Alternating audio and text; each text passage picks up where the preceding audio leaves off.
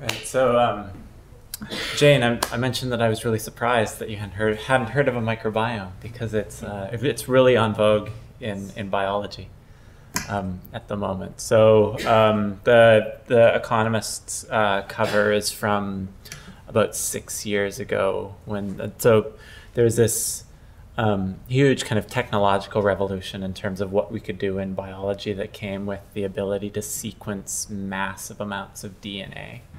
And RNA as well.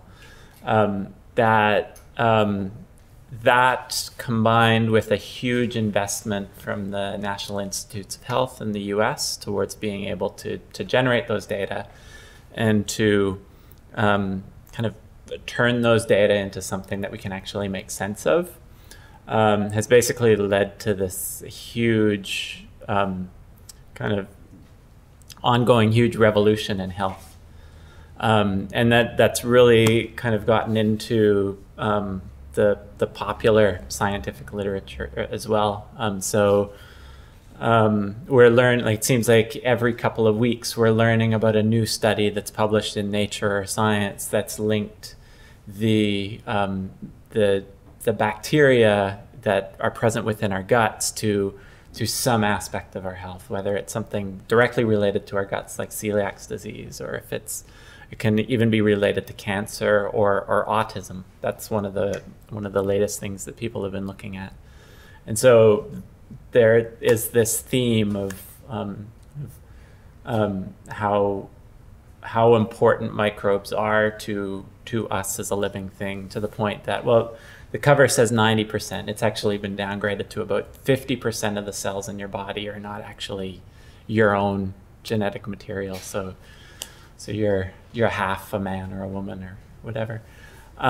So there's been this very large focus on how this is important for people. I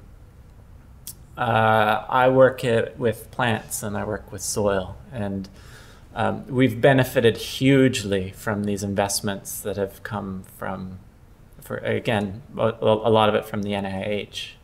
But we've generated hugely with the ability to describe what's happening in these very obscure environments, in these environments that we can't actually look in without digging a big hole and trying to stick something under a microscope and seeing what we can see.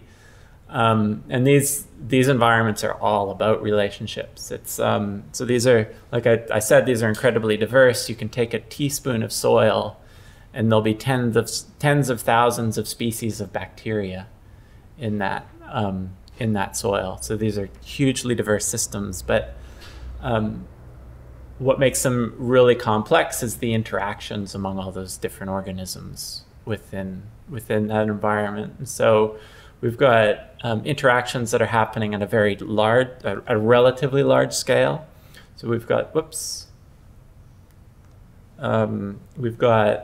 these earthworms building these burrows that allow water to flow into the soil. Roots are also forming those channels as well. You've got things eating those earthworms. And then we've got things that happen at a kind of a slightly smaller scale, where we have soil particles that fit together like a jigsaw puzzle in different ways that allow for what we call pore space. And in that pore space is where we have little insects crawling around and feeding on things, like bacteria and fungi. And those are the things that are happening at the very, very smallest scale. And there's been a ton of work that's gone into what makes an ecosystem stable. Why are ecosystems diverse? Because if you just try to do the math, very, very diverse systems should be inherently unstable. But there's been a lot of people that have focused on these soil ecosystems because they're very, very complex. They're very diverse, but they're manageable. Like, you can create these systems within a pot. And so there's some of the things about these systems is that you've got plants growing in these soils, and those plants die, and that's food for organisms. you have decomposition occurring, you have decay occurring, and bacteria break down that material very, very quickly. And then things like, those bacteria are essentially aquatic. They live within films of water in those soil pores. And you have things swimming in those pools like protists, like amoeba. And they also grow quickly, and they eat those bacteria, and then you have things that eat those, like nematodes, little worms. And all of that happens very quickly. And then at the same time, you have these fungi. Fungi grow relatively slowly. They occupy a lot of the space between the pores. So they're thought of kind of as more terrestrial. So they're not necessarily directly in the water. And as a result of that, they're fed on by different things. They're fed on by springtails. These are just these tiny little insects that can jump huge distances. They make Superman look like he's not trying very hard. And then those are fed on by mites, which are these kind of relatively big lumbering things that crawl around and eat things. And so, and they're kind of like, they're analogous to lions in the Serengeti. They're like the top predators in these systems. And so it's the coupling of these different pathways through which all of those nutrients that are coming from the plants and all of that energy that's coming from the plants is passing through that food web that makes it inherently stable. Because you can have something disrupt one of those pathways, or you can have one of those pathways exhaust itself very, very quickly. But those mites can still feed on the organisms that are transferring energy from the other pathways. Yeah, so that's, so we do a lot of that kind of work over at Hawkesbury. I work, yeah, so we do a lot of that work, and we spend a lot of time on our knees and digging holes, and collecting soil and trying to describe all of the things that are in it, collecting plants and trying to describe all of the things that are associated with their roots. And we use these fancy things like this thing here, which basically collects the carbon dioxide that's being respired from the soil, and we use that as a measure of how active those relationships are within soil, and how they're driven by things like rainfall and temperature and climate change. So how increasing atmospheric carbon dioxide is changing the relationships between plants and all of those interactions that are happening in soil. And yeah, and so we count things like there's one of those springtails that I was mentioning that might feed on the fungus. We've got some protists, a protist there that feeds on the bacteria, and then we've got a bunch of stuff that feeds on a bunch of things. And we also use these. We also use the plants as well, because these plants are kind of like sentinels. They tell us how well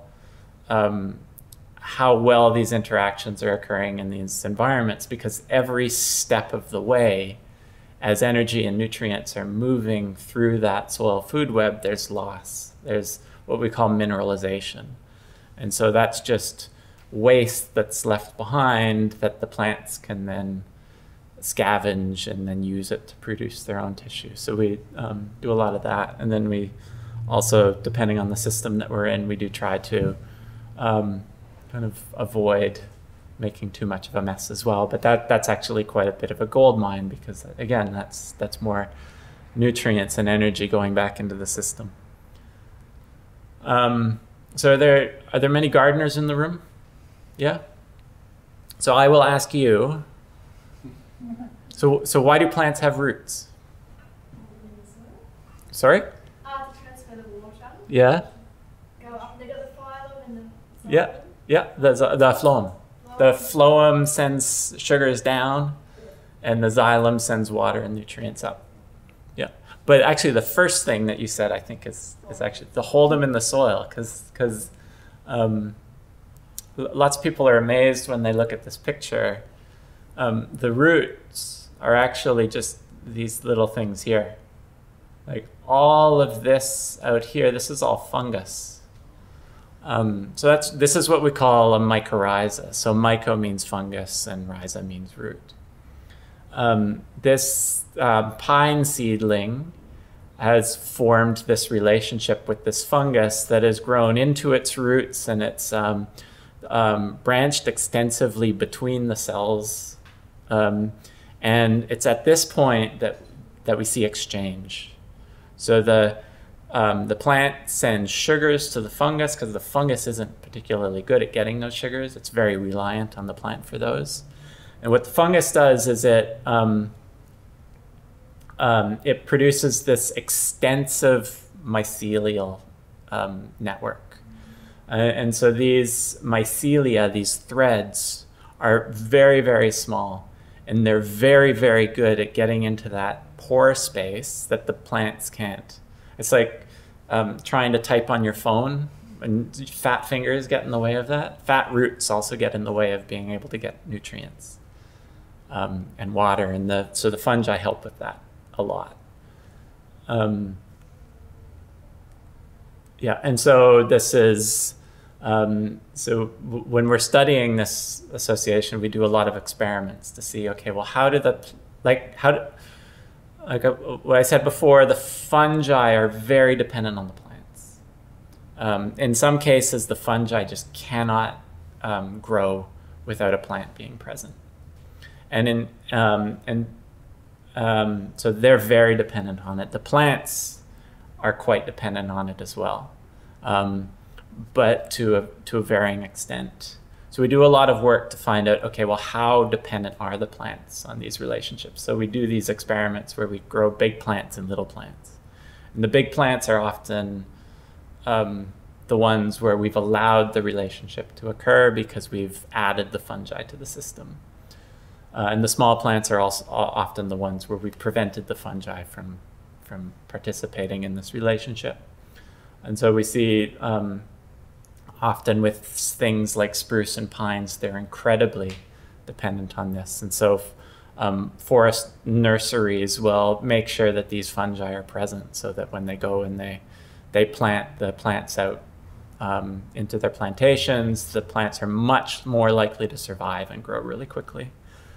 And then there are these plants over here, they're very nitrogen deficient, so the leaves are quite yellow. So those plants are definitely struggling. The ones where we've added the fungi, they grow larger and they look much healthier. And then there's also these capsicums here. This one has the fungus and this one doesn't, and it's showing you how much more likely that drought, that water limitation, is going to negatively affect your ability to harvest your peppers. These pictures are very, very common, coming from companies that produce these fungi in order to sell them to you. But it's not just that one-to-one relationship. So if we look at the cover of this classic textbook, we see one pine seedling and a couple of smaller pine seedlings right next to it. And if you look closely, you can see that this fungus that has formed this partnership with this plant is also forming that same partnership with those other plants. And so you end up with kind of exchange. In some cases, there can be facilitation happening. So this plant is a bit bigger. It can take carbon dioxide and light, and it can turn that into sugar, and it can transfer it down to the fungus, and sometimes that can end up in these other plants as well. And so in some cases, it's about helping neighbors. In other cases, it can be negative. Some invasive plants that are shouldn't necessarily be an environment, but are actually getting in and disrupting the system. Some of them have these mechanisms where they produce chemicals in their roots, and they leak out into the soil, and those chemicals essentially act as herbicides, and they kill the neighboring plants. And so there's been some work done that suggests that these fungi can actually act as highways for those chemicals. So this as an example, could be one of those invasive plants, and it's exuding these allelopathic chemicals into the soil, and then those chemicals are just very rapidly traveling along those hyphae, getting to the neighboring plant and either killing it or slowing down its growth. So there's this potential to kind of, for it not always to be this friendly relationship with their neighbors. The other thing about this is that, so I've picked this pictured here is one fungus and multiple plants, but you can also have multiple fungi on the same plant. And so you might have dozens of species of fungi all kind of interacting with a single plant, and they're all kind of competing with each other for that sugar that's coming from the plant. And maybe they're bargaining with the plant. Some of them might be quite good at getting nitrogen or phosphorus that plant needs, and others are just trying to eke out a little existent with the little bit of energy that the plant can give them. But anyway, this complexity and this the complexity of these relationships was kind of eventually summarized into this concept of the wood wide web, where you can have a plant in one part of a forest plot connected to a tree all the way in another part of a forest plot as a result of all of these connections that are occurring below ground, where we can't necessarily see them, but we can use a variety of different kind of techniques to at least detect them by, say, for example, using stable isotopes to see if we provide a particular isotope of carbon in carbon dioxide to one plant, does that signal end up in another plant? Or using DNA based techniques to look at the identity of the fungi that are colonizing those different plants as well. And this is a, yeah, this is a, so this idea of the wood wide web as well has been represented in the popular literature as well. This is from an article in the New Yorker from just a couple of years ago.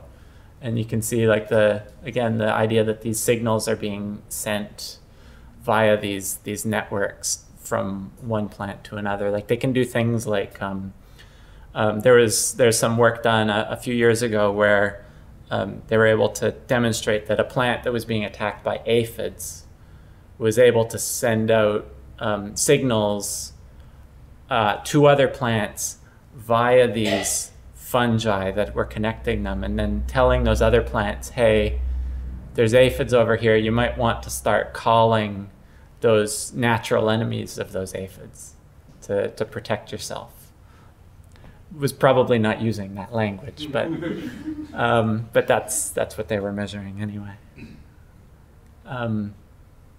Yeah, so we focus a lot on these types of interactions, and so I work at the Hawkesbury Institute for the Environment, and one of the big things that we look at is how changing climates are influencing, or are likely to influence, our ecosystems. And so we've got people that are looking at plant physiology, and we've got people that are looking at bushfire risk, and there's a lot of expertise in a variety of different disciplines, and in our group we tend to focus on these relationships between these plants and these microbes, and what are the potential consequences of, say, an increase in temperature of 2 degrees over the or if we're able to limit our temperature increase to 2 degrees over the next half a century, how might a variety of different things be affected by that? So we look at, again, so these pasture species, for example, need to be able to get nutrients from soil. If we have higher temperatures, which maybe increases the rate at which that organic matter that's present in the soil is breaking down, what are the consequences for that in terms of how those plants are able to get the nutrients that they need from that organic matter, and how are their interactions affected, because these are all stresses that the plant has to kind of deal with. And sometimes when you're stressed, like the interactions that we have with our guts, if we experience a stress, we don't necessarily have, we can have a breakdown in the types of interactions that we have, and that we can end up with invasion of pathogenic species of bacteria. And so we're interested in looking at things like that. So, and yeah, I like to show this picture because it's a day like today, and it's just wonderful to end up out there in the paddock with a shovel or a soil core and collecting material.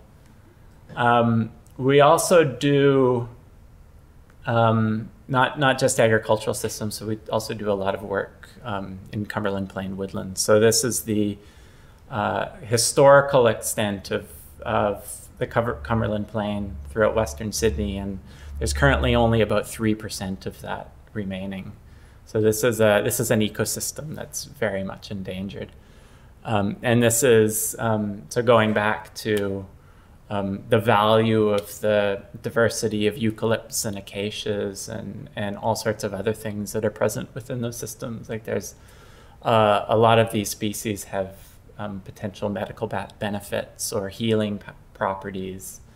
Anti-Fran Bodkin really likes to give people tours, take people to the Australian Botanic Garden in Mount Annan and take people around and tell them about all of the things that you can do with the trees, whether it's the leaves or the barks. Like some of them have performance enhancing properties. So she used to, when she was doing exams, she would take some leaves in with her and she'd chew on them to just keep her alert. There's also a mushroom that's only found in the area around the Campbelltown campus, and that mushroom can be used to heal people, but it can also be used to poison people. And she always, whenever she tells that story, she always likes to say how there are some people that she'd definitely like to give that mushroom to, and she always throws out Malcolm Turnbull's name. Yeah, so the one characteristic of these woodlands is that they're extremely nutrient poor. And so we like to take out shovels and dig holes. And when you look at, when you do that, you see a profile that kind of looks like this. So it's a little bit lighter at the top, and it's very, very light at the bottom. So this is just an indication that there aren't a lot of nutrients in this soil.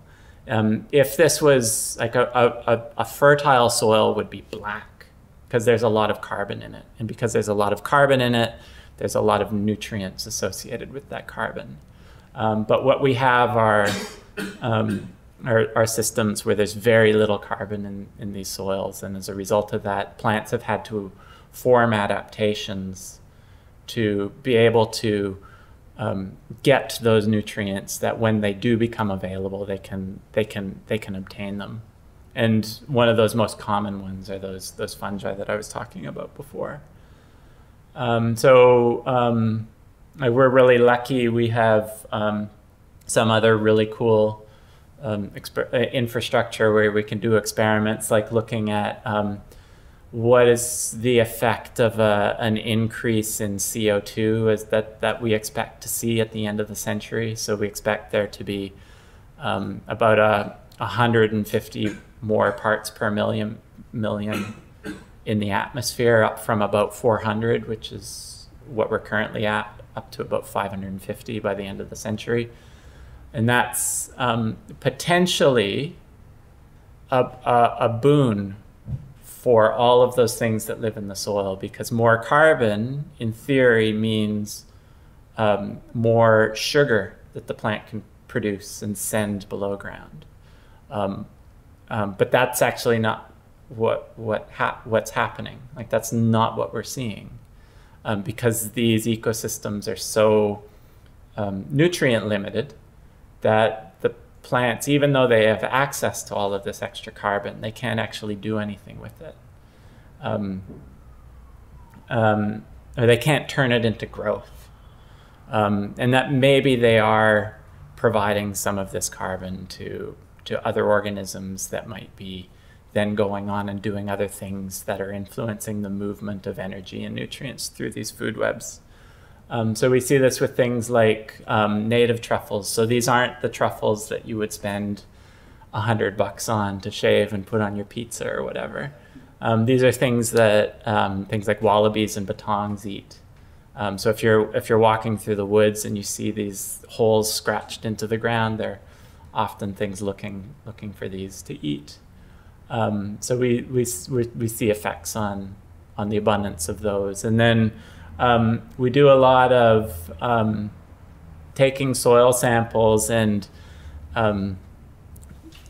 extracting these little balls out of them. Well, there's a big ball right there to kind of look at the diversity. Thanks very much. To look at the diversity of these mycorrhizal fungi that we find in these systems. And I like to show this.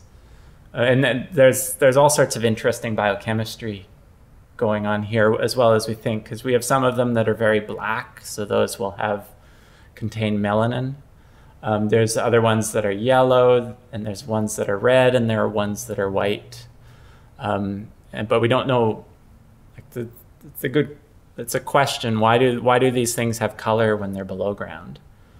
Because nothing can see them, and so we're looking at things like, well, maybe it's useful for dispersal. So if you're melanized, you're less likely to be impacted by UV light from the sun as you're blowing in the air with a whole bunch of dust. Anyway, I like putting that up because it reminds me of something else.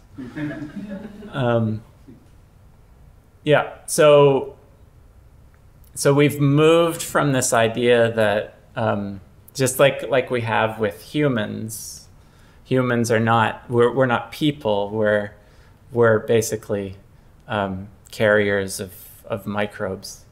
We're ecosystems. And so we've moved to this idea in plants as well, whereas this is not a plant, this is a holobiont. I'm very glad that term is very slow to catch on in the literature. But yeah, that in the absence of these relationships that these plants have with bacteria and fungi, they would look really, really poor. They'd be chewed on by insects because lots of plants have what are called leaf endophytes, that they produce these alkaloids that when an insect or a grazing mammal comes along, it kind of makes it harder for that insect or that mammal to digest the material, so it slows down their growth. So it can't eat the whole plant, it can only get through a certain part of the leaf. Or they've got interactions with what are called rhizobia. Here ecosystems are largely limited by phosphorus, but in most of the world it's nitrogen, which is really strange because almost 80% of the gas in the air is nitrogen. It's just that it's in a form that plants can't use. It's two nitrogen atoms that are bonded together by a triple bond that is very, very difficult to break. But there are these bacteria that certain plants engage in this relationship with, that produce an enzyme that's very expensive to produce. It might be 40% of the protein in their cell goes to the production of this enzyme, but that enzyme is able to break that triple bond, and then it converts the nitrogen to ammonium, and then the plants can use the ammonium. And then I've already talked about the mycorrhizal fungi. It's that is an extremely common relationship. The picture of the spores that look like the beer, those are fungi that have been involved in these partnerships with plants since plants were invading the land. So that's an extremely ancient partnership, association. And plants don't evolve the ability to form those relationships with those fungi. They actually lose the loss of those relationships. And there are concerns that with the breeding practices that you're using with crops, to kind of breed plants that are less likely to be negative affected by pathogenic organisms, that we might actually be breeding away the ability to form these relationships in a productive way. So just a little bit to finish. So this is kind of the view that we have of these relationships. It's a symbiosis. Symbiosis means living together. But the more that we learn about these, the more that we think about it from an ecological perspective, the more it looks like this is a relationship that's based on organisms that are working together because it's in their best interest, or they have to. And if something about the environment changes, it can change the nature of that relationship. So it can switch from being a positive relationship for both to something where one of those partners starts to take away more than it's giving. And so this is a bit of so this is emerged as it was a discipline that was largely focused on work by symbiosis researchers, who, from what I'm told, but from people who were graduate students at the time, that many of them had socialist leanings, to being something that was focused on by ecologists, so people that were learning and interpreted their systems as systems where competition was one of the most important things that was determining whether species were present in a system or they weren't. And so this is kind of how it shifted the way that we look at these things. And so this is just a few pictures. So Rohan is a PhD student that I'm working with. He had this fantastic opportunity to go to Adelaide for a couple of months, where they have this facility where basically they have plants on this like assembly line that takes it through the glass house, and at a point where it takes a picture from 3 different cameras every single day. And from that picture, you can get an idea about how large that plant is, but also how deficient it is in nitrogen and phosphorus. And so he was able, so he was able to look at the relationships that these plants were having with these fungi under conditions where different nutrients were limiting the growth of those plants, and also looking at plants that exhibited different behaviors. So just like us, where we have some people, as soon as they get some money, they spend it. Other people, they're much more conservative. They put it in the bank, or they put it into a stock or something like that. Plants exhibit the same behaviors. We have these acquisitive plants. Those are the ones that take those resources that they get and they immediately put it into growth. And there's others that kind of store it in structures within leaves and roots, and those are the conservative plants. And so what Rohan found is that under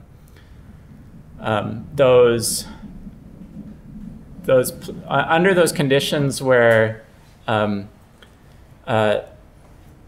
plants and the fungi were more likely to be competing with each other for nitrogen, that it actually switched the direction of the relationship. So these plants that were taking those resources and putting them immediately into growth were the ones that were most benefited by their interactions with these fungi.